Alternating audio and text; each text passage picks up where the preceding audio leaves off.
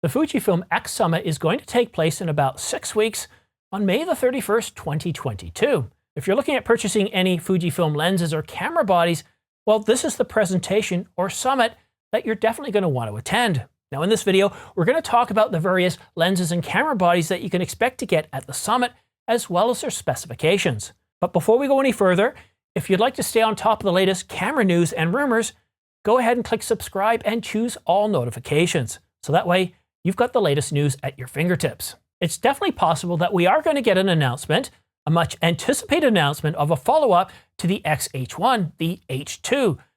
But something special is supposed to be happening. Instead of just getting one H2, we're supposed to be getting two variants, both of them APS-C sensors. No surprises there. First, let's cover off the H2. The XH2 will have a 40 megapixel backside illuminated stack sensor. And that's kind of a big deal, a backside illuminated stack sensor. One of the big advantages of using a backside illuminated stack sensor is it allows the camera to push a whole lot more information. It can take information off the sensor a whole lot quicker, pass it through the processor a whole lot quicker, and of course get it to your storage a whole lot quicker, enabling more capabilities of the camera to reduce rolling shutter, to be able to produce better, more detailed video. But also, that 40 megapixel sensor is also allowing Fujifilm to be able to deliver 8K video. Now the rumors are all over the place suggesting that it'll be UHD and DCI, but the APS-C sensor in this camera is going to have a 3:2 aspect ratio. So here's the problem with that. If you're going to be at 40 megapixels, you're only going to be able to do 8K UHD.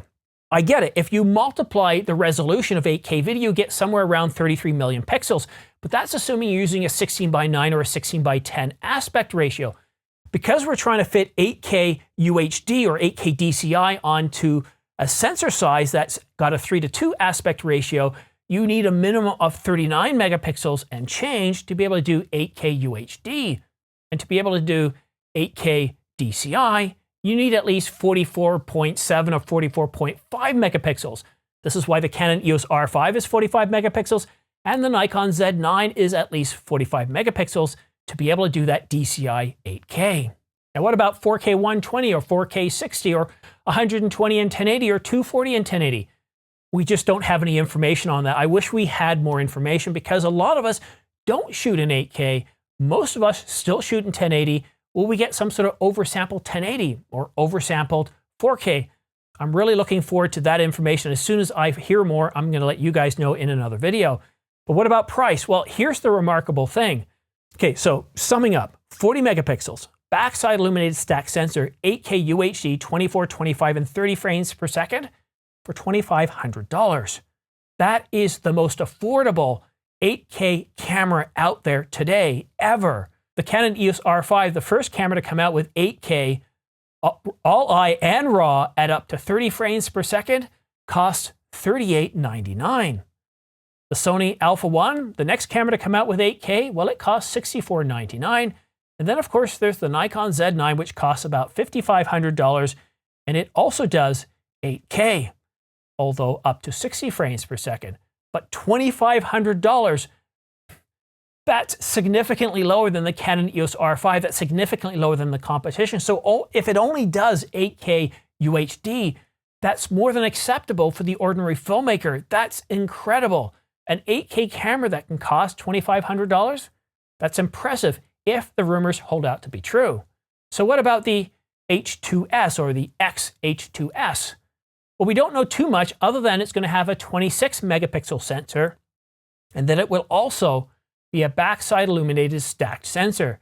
And that's really incredible. The most expensive of these cameras is rumored to be $2,500, does 8K, and has a backside illuminated stacked sensor. The more affordable one at 26 megapixels, which is honestly, I think 26 megapixels is a really good spot, especially for an APS-C sensor camera. I don't know what the price of that one's going to be. Is it going to be under $2,000? We'll just have to wait and see. I love covering rumors, especially of exciting cameras. Sometimes we get leaks to come out a good 5 months ahead of a scheduled announcement, and it proves to be a very exciting time. I love creating videos about rumors. In fact, I love doing videos on rumors more than I actually enjoy doing reviews, because with rumors, we get to dream, we get to speculate, conjecture. Is it really going to do 8K for $2,500? What else could it potentially do? What about color space? What about log profiles? What type of dynamic range are we going to see? And I really, really enjoy that. I really, really love that. And as information comes out on Fujifilm and all the cameras and lenses that are supposed to be coming out with this year, I will be one of the first to get out there with news, my analysis, and my opinion so that you guys can stay informed. I love this stuff. If we go back to January, we had the OM Systems Olympus OM1, and it's really a photographer's camera. It does some good video, but it's really aimed at photographers in all environments. And we had a good 4 weeks of rumored speculations before that camera announced. Same with the Panasonic GH6, which announced a whole week later. And I would say that the OM1 really dominated the news cycle for much of January. And then in February, we had the OM1 as well as the GH6 really dominating all the news for January and February. And then March has been pretty dull. April's been pretty dull. We did have the Canon R5C in January, which was nice as well, but we didn't get a lot of rumors on that. It just kind of happened. But what I loved about the OM1 and the GH6 is it really made for a very interesting January and February. And I'm really hoping now with the Fujifilm X Summit at the end of May that we'll start to get more leaks. They'll start to trickle out. It'll be less conjecture, less forecasting of what we think these cameras might be and what these cameras might be able to do, to these are what these cameras are going to do, and these are the cameras we're going to get announced. And that's what I'm really looking forward to. As far as Canon and Sony, we haven't had too much from them this year. Yes, we had the Canon R5C, as I mentioned, but a lot of what Canon is supposed to announce, well, was supposed to announce last year, that now is supposed to be announced this year. Well, who knows? Who knows what we're gonna get this year? And I think we're probably gonna have to wait until about the second half of this year before we start to get any announcements by Canon. But NAB is coming up this week. We're supposed to be getting some announcements at NAB by Canon. What about their 8K cinema cameras or 4K cinema cameras? What about Sony with their cinema cameras? Sony has a really big booth at NAB. So does Canon. In fact, Canon has 3 separate booths at NAB. So hopefully we get some really interesting stuff coming out of NAB, but really up until this point, we've heard very little about NAB. And the only thing we really have going right now is the Fujifilm X Summit on May the 31st. I'm really looking forward to that. I'm really looking forward to seeing what the X-H2 is all about and the H2S is. I was interested in the X1 as well as the X-T3 and the X-T4 before ending up on the Canon EOS R5. But now in a bit of behind the scenes, I want to talk about this camera. I'd already recorded this video and was upstairs editing it, and I personally made an awful lot of mistakes. I just wasn't flowing. I couldn't say things right. No matter how much I cut it, it was just looking like a bit of a dog's dinner. But worse still, the Canon R5 was focus hunting much like the Panasonic GH6 out of the box without fine-tuning the focus was. Not the GH6, sorry, let me say the GH5. The GH6 is considerably better. And I couldn't figure out what was going on. I didn't know what was wrong. Had I dropped the camera? No. Well, I came downstairs, turned the lights on, and checked everything out. And apparently, you've got a couple of switches on the lenses. And when I took the camera out earlier, I think I accidentally changed the switch. On the focus, there's infinity, there's 0 to infinity or 0 to full, and then there's 0.8 meters to infinity, and it had moved to 0.8 meters to infinity.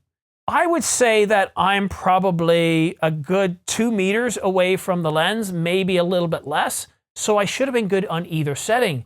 But the fact that I had changed the setting inadvertently, I'm wondering if that is the cause for all the problems with focusing. I've shot over 700 videos on this channel, and I would say only 2 or 3 times did the camera or the lens, one of the two, completely screwed up. And it's not like it would pulse every now and then. It basically just locked itself in a focus point and didn't change. It just got stuck for some reason. I've never seen it hunt like an early model GH5. So hopefully, if you haven't seen any hunting, it's all cleared up. It was that setting. But if you are seeing hunting, I decided to go ahead and publish it anyway. And it looks like I've got some other problems that I need to diagnose and maybe get on the phone with Canon tomorrow. I definitely hope it's not that. I really do hope it's the switch, because after all, that's the one thing different between this video and pretty well every other video I've done, or at least the video before. Anyhow, thank you so much for watching. Again, if you want to stay on top, if you want to stay on top of the latest camera news and rumors, go ahead and subscribe and choose all notifications. So that way, as soon as I publish a video, you'll get notification so you're first in the know. But that's it for now. Thank you so much for tuning in. We'll see you again soon.